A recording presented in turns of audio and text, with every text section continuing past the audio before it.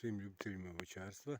Prije 2 godine smo radili jedan video gdje sam želio pokazati koje su najčešće greške naših ljudi prilikom rezidbi. Ja sam tom prilikom pokazao da se ne treba prikraćivati jednogodišnje grane, jer se s tim prikraćivanjem odbacuje rod. Ovo je voćka koja je sada u 8. vegetaciji. Znači, kad smo pravili video, ona je prije 2 godine, ona je imala 5 godina. Nakon 2 godine možete vidjeti sad u kakvom je ona stanju. Ova voćka je imala jednu krivu vodilicu jer nisam imao ljepše, pa sam je morao ostaviti na tu. Međutim, ove godine je ta kriva vodilica odsječena ovdje i sad je njoj ova grana vodilica i ona će da ispravi ovo stablo. Ova grana vodilica također ima na vrhu rod i taj rod će nju da obuzda da ne raste previsoko. Znači, ja ovu vodilicu nisam prikraćivao, ja nju ostavim u njenoj prirodnoj veličini. Ova ovdje bočna grana je isto dobrog potencijala, ima dosta roda, međutim ide previše vertikalno. Hoće da bude konkurencija vodilici i ja ću nju samo jednostavno poviti u horizontalan položaj. Povijemo je i sada ona kad rodi ove godine, kada ovdje bude jedno 3 kg jabuka, ona će nju da povije u vertikalan položaj i sve grane kod voća koje su u vertikalnom položaju, one daju rod, a ne proizvode grane bespotrebno. Znači, ovo je stablo koje se samo povilo od roda i sve ove sada ramene grane njene su jako čvrste i mogu da podnesu bilo kakav rod. Ovo ovdje stablo smo kalemili prije 2 godine. To je isto kalemljeno na divlju podlogu. Znači, prve godine nam je izrasla do tu, prošle godine je do gore i evo je sada je rodila. Ovo je 3. vegetacija i ona je već u rodu. A na divljoj podlozi. Ali nijedna grana na njoj nije prikraćena. Jednostavno višak grana je odrezan do osnovi. Svaka grana je odrezana do osnovi koja nam nije bila potrebna da bude u krošnji, koja je stvarala poteškoću.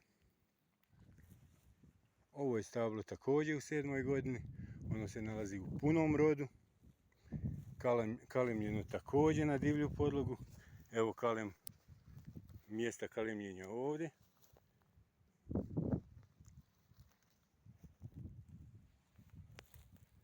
Nijedna grana nije prikraćena, nego su samo odstranjene grane koje su višak.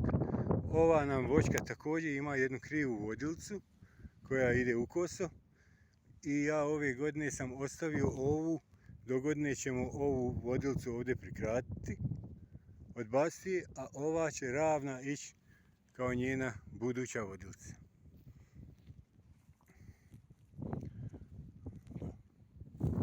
Evo, još jedno stablo. To za ove ljude koji strahovito vole da koriste makaze bez potrebe. Pa da im pokažem da moja stabla nisu zapuštena, iako nisu nenormalno rezana. Svaka ova grana na vrhu svome ima hormonalni pupoljak i ako vi njoj odrežete taj hormonalni pupoljak, onda nju nema šta više da obuzdava, njoj treba onda 3 do 4 godine da se ona smiri. Ovo stablo je također kalemljeno prije 2 godine. Evo, vidi se ovdje izrast prve godine i ovo je naraslo prošle godine, a evo je u punom rodu. Evo. Ovo su sve autohtone sorte koje ne zahtijevaju zaštitu hemijsku i kalemljene su na divlju podlogu. Sad ću vam obaviti jednu rezidbu da demonstriramo i to. Znači, kod stabla, kad pristupamo rezidbi, uklanjamo sve grane koje idu unutar krošnje i koje idu vertikalno, koje žele da budu konkurencija vodilci. Znači, sve vertikalne grane uklanjamo do osnove, a ove koje smo odlučili da ostavimo ne prikraćujemo ni slučajno, jer ako ih prikratimo odbacujemo plod. Ovaj plod će da nju obuzda da ide visoko, jer je ona kalemljena na divlju podlogu. Kad bi je ja orezao tako oštro kao što preporučuju ovi neki stručnjaci koji vole makaze, ova bi voćka narasla 15 metara u visinu, zato što je kalemljena na divlju podlogu. Znači, sve grane koje idu unutar krošnje odrežemo do osnovi, znači do osnovi, do ramenih grana, i ove koje idu vertikalno. Sve. Bez razlike.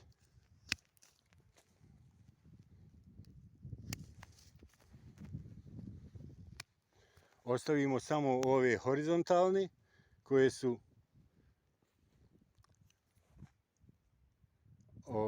prepune cvijeta i one će da donesu rod. Nama je dovoljno na ovom stablu da imamo 30 kg, s obzirom na njegovu veličinu.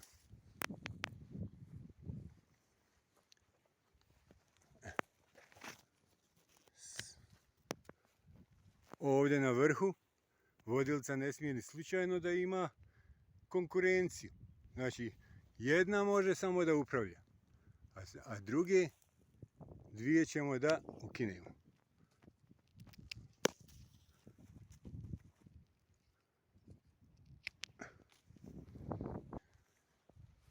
Znači, to je jedno lijepo orezano stablo, dovoljno za ovu godinu.